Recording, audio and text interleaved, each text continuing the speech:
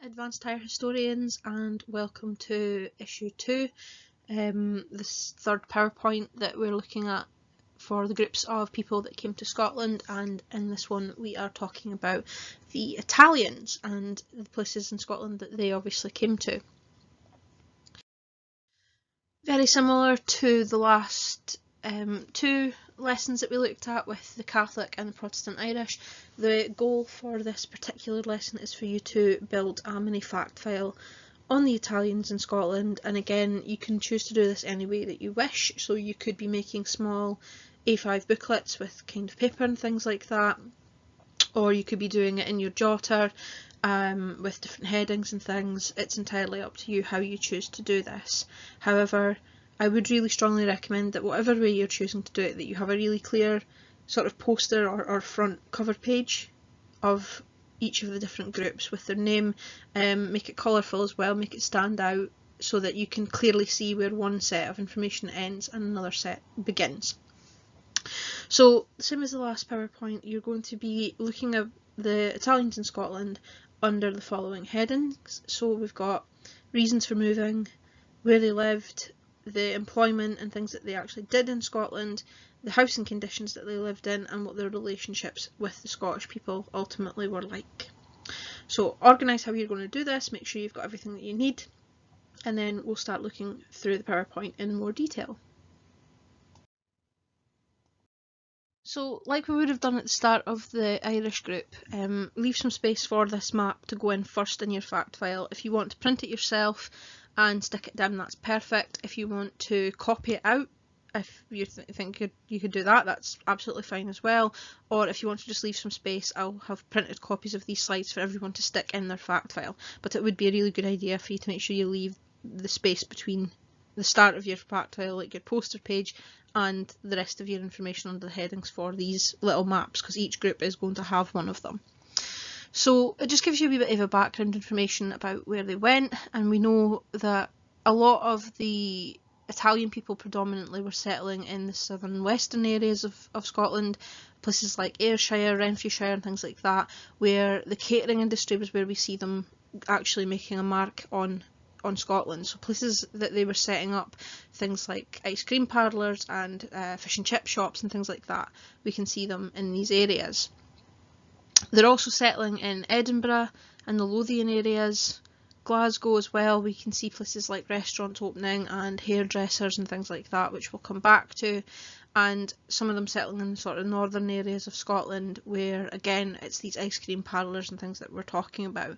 So again, a good example is listed there on the slide, but we also have a local example in Kerry with Zocchi's, which is another example of a family settling originally from Italy somewhere down the line, and this being a business that they had opened. So make sure that you leave the space, or you copy this out or stick it down, whatever you're choosing to do, and then we'll move on to the first heading. So the first heading then is reasons for moving. Now the real question becomes, why are these people leaving the areas that they are leaving to move to Scotland? And again, it's back to this idea of push and pull factors. Every country had them at this point in time, and for the Italians it started off with economic problems. There were things like poverty and famine in Italy at this point in time, and a huge dependency on agriculture. There was a lack of industrialisation, which meant that people basically had to rely on pretty much what they could do with the farmland that they actually had, and if that farmland suffered from things like famine or drought, which was quite common in Italy at this point in time, then there was no money coming in, and there was not really any place else they could go. Like the Scottish people in the Highlands who could come down to the more urban areas, they don't have that luxury. So a lot of them are choosing to then leave Italy to seek their fortunes and to seek things elsewhere.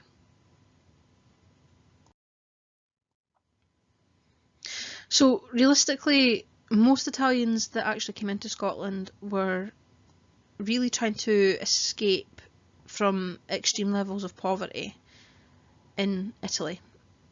So these economic issues. Again, like we were saying, a lot of them are these agricultural workers, but they did not have a job all the time. and they were not always earning an awful lot of money, which meant that they actually had to travel to other areas to try and actually make ends meet or to send money back to their families. Obviously, farm workers faced other problems, so in particular you've got things like famine and drought, which forced them to go someplace else. Again, it's just linking back to this question idea, forcing them to find a new life elsewhere. So Scotland is one place that they went to. Other Italians left because they felt that taxes in the country were very high. They were almost too high to actually afford, which forced them to live in this idea of poverty. So they want to be somewhere where the taxes are not as high, and they're going to move somewhere else. Now, like a lot of people that did actually emigrate at this point in time and did come into Scotland, Scotland was not necessarily always the final destination. A lot of them were shooting for the United States of America, hoping to go on there, and they were basically using Scotland as a stopping off point. Getting to America is very long, it's a very long journey, very long trip, and it is very, very expensive, so a lot of them used Scotland really as this kind of stopping off place where they could get out, earn some more money in a job or something like that, and then carry on to the United States. And some of them did do this, and others stayed in Scotland and just they got married or they stayed here just in general. But relatively speaking, a lot of the time, for the Italians anyway, Scotland is them shooting for the United States and using Scotland as kind of this break in their journey. Okay, so that's everything about reasons why they left Scotland. So again, make sure you've got these notes taken into your fact file or your jot or wherever you're doing them, and then start a new heading for where they lived. Now, we've kind of touched on this briefly with our map, but we're going to go into it in a little bit more detail. So new heading, where they lived, make sure that you've got it highlighted, it's in a colour, you know, it stands out, you've got a wee doodle or something beside it. So they tended to settle in the sort of southwest areas of Scotland, but we have seen, for example, some of them settling on the east coast. Initially, when they get into Scotland, they're working as peddlers or barrowmen, going around selling ice cream from that, which we'll come back to. So they're settling in areas where the boats are really taking them, or they feel that they can actually get some sort of business opportunity.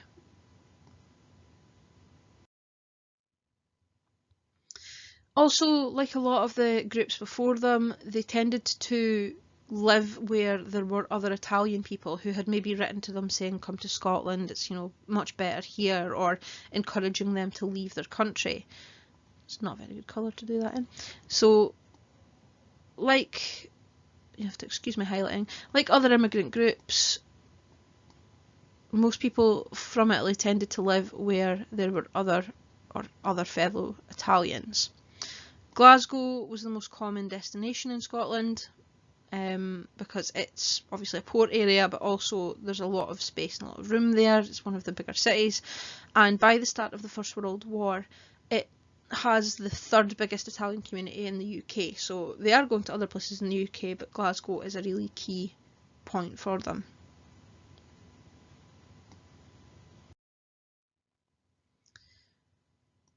Again, they're going to other areas of Scotland, things like Edinburgh, which we said at the map at the start, and there's also other communities in places like Dundee, for example. Again, if you think of Broughty Ferry, and we've got the Vizokis and things like that there as well. Some Italians go to coastal towns like Ayr and Largs, where they're able to open businesses and things as well. So again, wherever there's like a business opportunity area or other Italian people living there, they're going to go to those particular places.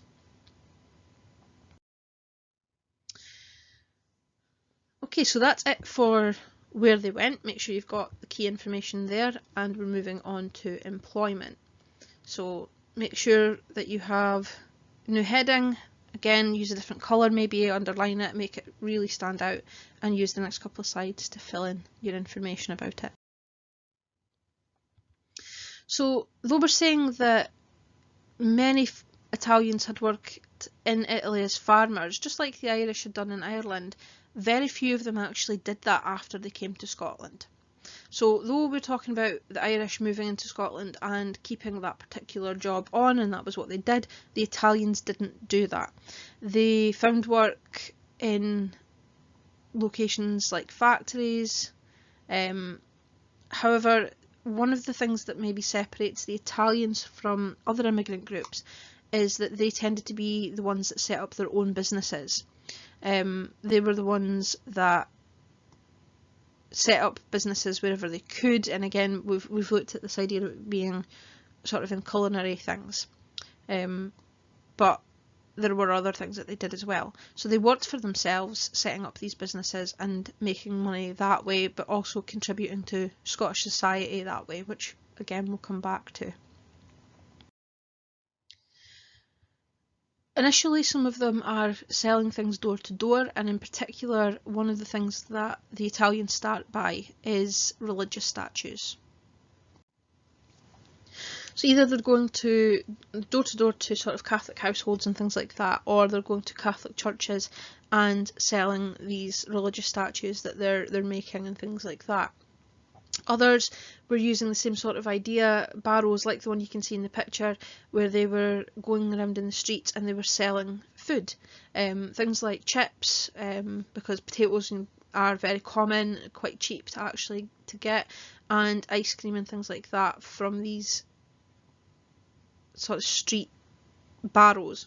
They were referred to as hokey pokey men, due to the sort of the shouts that they would make to try and draw customers obviously to them. So they would shout, wander around the streets, and they would sell this food to anybody that would buy it from them. And quite often then these barrow men could use the money that they made selling these goods to open a small shop and then a bigger shop and carry on like that until their business ultimately boomed.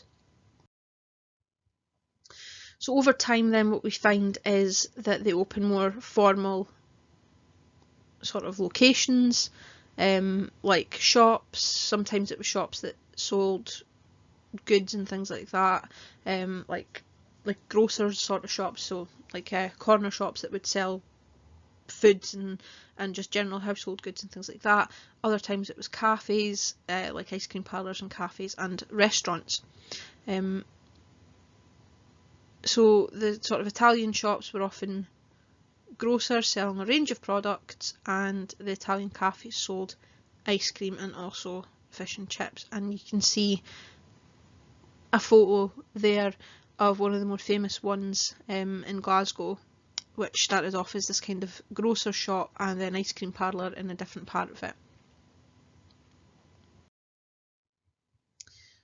Interesting sort of argument as well. I'm not going to highlight this, but it's still an interesting one to think about. It's actually been claimed that the 99 cone, which you can see in the picture there, and hopefully everybody knows what I'm meaning when I talk about a 99 cone, because otherwise I'll feel very old, but it's basically like a soft sort of ice cream, vanilla ice cream whippy cone with a chocolate flake in it.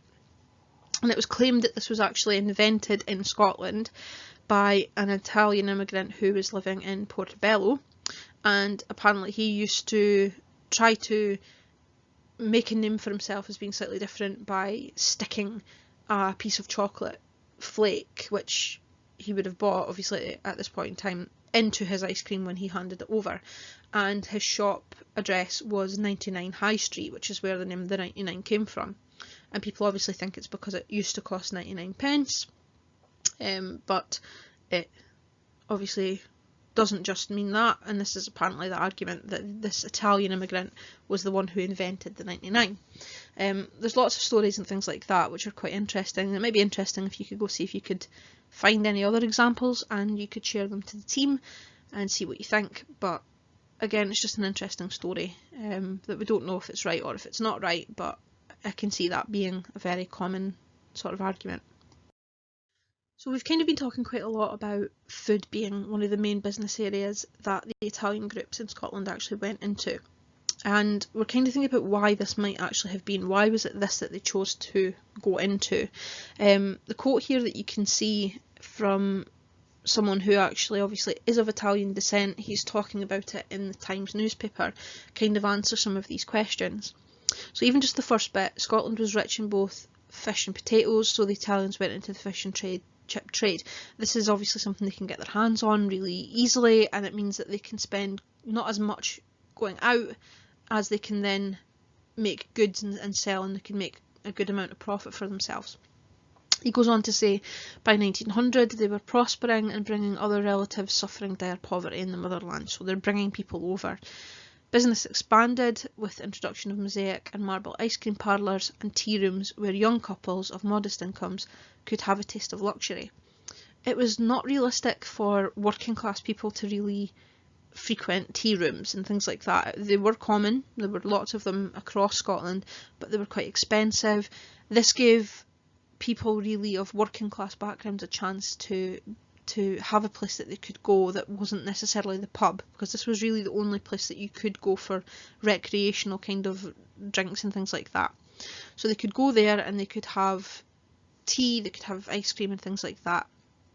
And this means that other immigrants, he goes on to say, from other parts of Italy, who traditionally would have gone to America, start to come into Scotland because it's nearer and the opportunities for business are actually just as good. So we're starting to see that Scotland stops becoming just a stopping off point for a lot of these Italian immigrants, and they start to use it as their main destination. You can see again a picture here of another cafe and a tobaccoist, so they sell tobacco and chocolates and things like that as well, and also ice cream, which was around sort of 1907. It's another good example of these sort of family businesses that would then spur on, and I think it's actually still there today. So just another quote here from someone else who is talking about the importance of the food industry for these Italian people in Scotland.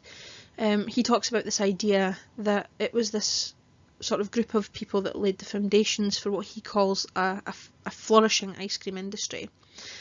And it transformed, he talks about these kind of musicians who needed more money than what they could get by begging or selling door to door into these ice cream salesmen. So he talks again about them initially pushing their ice cream carts to the gates of like main public parks and doing business there. And he talks then in the middle sort of part of the quote, he says, in under 50 years from 1870 to 1920, with great courage and initiative, they graduated from rudimentary shops in the slum quarters to more luxurious establishments in Sauchiehall Street and the city centre, with lots of mirrors on the walls, wooden partitions and leather covered seats. So he's talking about this idea that they go from barrowmen to maybe small shops and not so expensive, maybe not so great areas, into the kind of wider main cities, sort of streets and areas, which again makes an awful lot of money in the space of 50 years, which is quite a small amount of time for a business to kind of be booming in. Again, a lot of these Italian businesses are actually still well known, and that's like a key point to talk about. So we've got Nardini's in Largs, we've got Vizocchi's in both Kirriemuir and Broughty Ferry as well, which is a key kind of business that is maybe still there. It's maybe not owned by the same family, it's been sold and things like that, but the business itself is still booming and still going on. I'm just going to do it in a slightly different colour as a key point as well. Not all Italians actually worked in these areas. Some of them worked as hairdressers or barbers. That went really skew with there. And in Glasgow we have the College of Italian Hairdressers being opened in 1928, which gives you kind of an indication that they were really quite a common sight, and it was another business area that the Italians were involved in and started to develop further. Okay, so housing conditions then, moving on to the next section in particular, so make sure new heading for housing conditions. Now, like these other immigrant groups that we've looked at so far, like the Irish, the Italian immigrants tended to live in the same sort of housing conditions as these other groups, and the ones that we're going to look at going forward, you're going to see this is a kind of a recurring pattern. So they're living on these sort of areas. So usually it was the poorest areas of the towns and cities where they moved to, which led to problems like overcrowding and poor sanitation, which we've kind of talked about. And you can kind of see the sort of tenement buildings and things in the background there.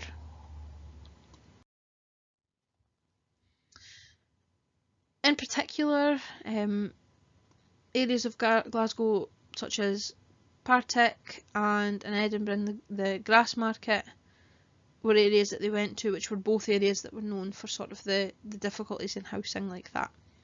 However, as their businesses and their ventures did become more successful, they were able to move to more affluent areas and better housing areas as time went on, very similar to the Protestant Irish in Scotland as well.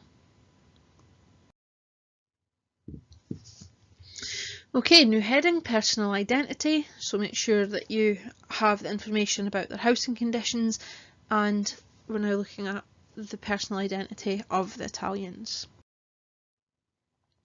Now, one of the things that the Italian immigrants are quite famous for in Scotland is the fact that they try to really keep a strong link to their home countries and to their heritage as Italian people, which meant that they generally would live in communities with other Italians rather than branching out into kind of the rest of Scotland, and they were expected that when they were at home at least they spoke Italian. That was the kind of the primary language of their homes. So they might speak English out with when they were in their businesses and they were at work and things like that, but when they were in their own communities and when they were at home, Italian was what was spoken, and that was kind of the thing that they tried to keep. Their own language was a key point to their identity. Intermarriage is generally encouraged within the community, generally because it's linked to the long hours that the Italians are actually working. So they want to kind of have people that are in the same situation and that understand this so that they can keep the marriage kind of going.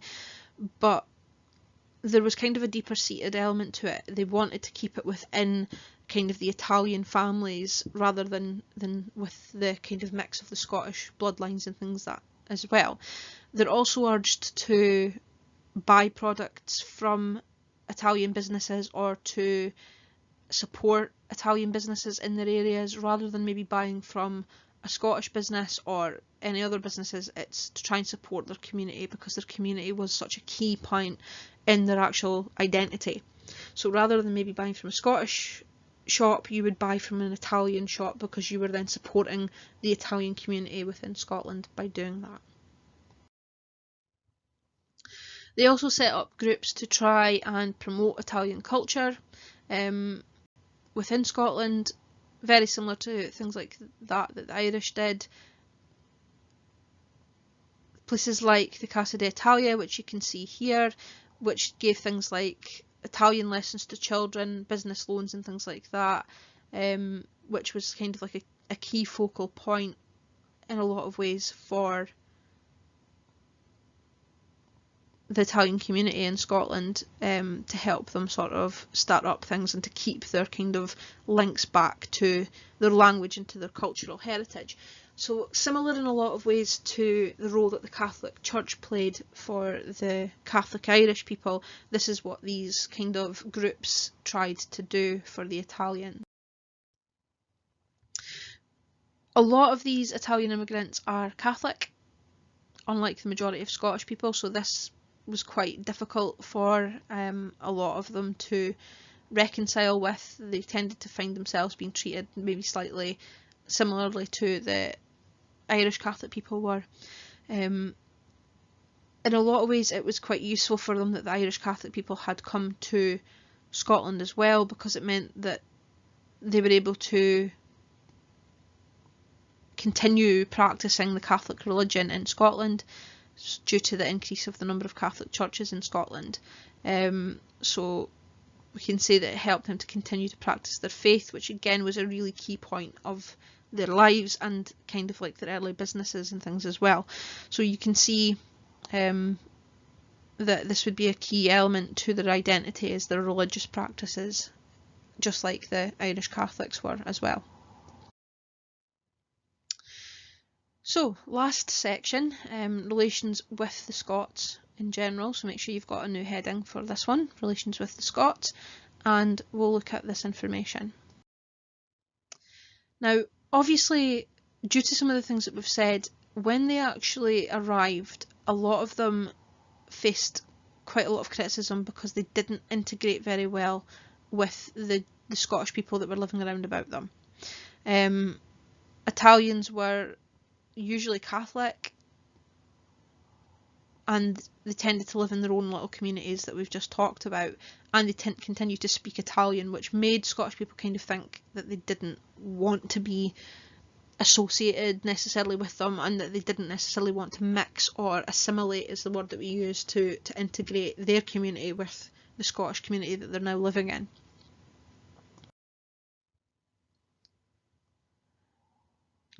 Purely because they were coming in a slightly lower number than maybe, say for example, the Irish Catholics, it meant that the opposition that the Irish Catholics faced did not necessarily transpose onto the Italians. Because they were living in a smaller number, this limited the kind of opposition that they actually faced. Also, the fact that they're setting up their own businesses meant that they weren't accused of taking jobs the way the Irish were, for example, and that really reduced the amount of criticism and kind of the general negative perception that they would have faced from the Scottish people. The cafes and the shops that they set up received a mixed reaction from Scottish people. Some religious Scots really very much disliked them because they opened on a Sunday, which was a Sabbath day and was not supposed to be something that they did. Whereas kind of on the other side of this as well is that other people liked the fact that these businesses were there because it offered people in Scotland an alternative to drinking alcohol at the pub, which was, again, like I said earlier, one of the only real recreational things that you could do was that you could go to the pub with your friends and you would inevitably be drinking alcohol there, whereas this gave you a place that you could go and you could be with your friends and you could drink tea and coffee and eat food, and you didn't necessarily then need alcohol. But there was a general kind of a mixed sensation for this. Some of the people were really against it and they called them disturbers of the peace, and they made this whole point that they were not following the traditional religious aspects of Scotland, whereas others who were very much against alcohol and against the level of alcohol that was happening in Scotland were really, really keen for these people to continue and can continue using their businesses as an alternative to the alcohol and things as well.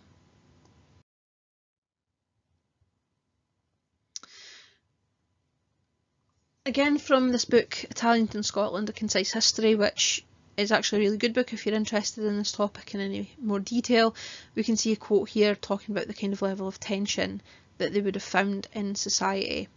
And it says, as the new shops spread through Glasgow and the surrounding towns, religious groups allied with police forces and the shopkeepers' union to limit their trading powers. The initial attacks on ice cream shops were on the grounds of late opening, so they opened really late at night, which they said was a menace to society, and the Sunday trading. The magistrates had no control or regulation over these shops beyond seeing that under the Local Police Act they were not kept open between midnight and 5 AM. They had no control over their opening on Sundays, and the disorderly behaviour in these shops on Sundays was nothing short of a public scandal. So sometimes people would maybe fight or argue or things like that, or they were just generally quite loud and noisy on a day that was supposed to be given over to prayer and reflection, so they tended to get a bit of a bad rep as a result of that. But again, not everybody in Scotland did think that way, so it's worthwhile to keep both of those things in mind.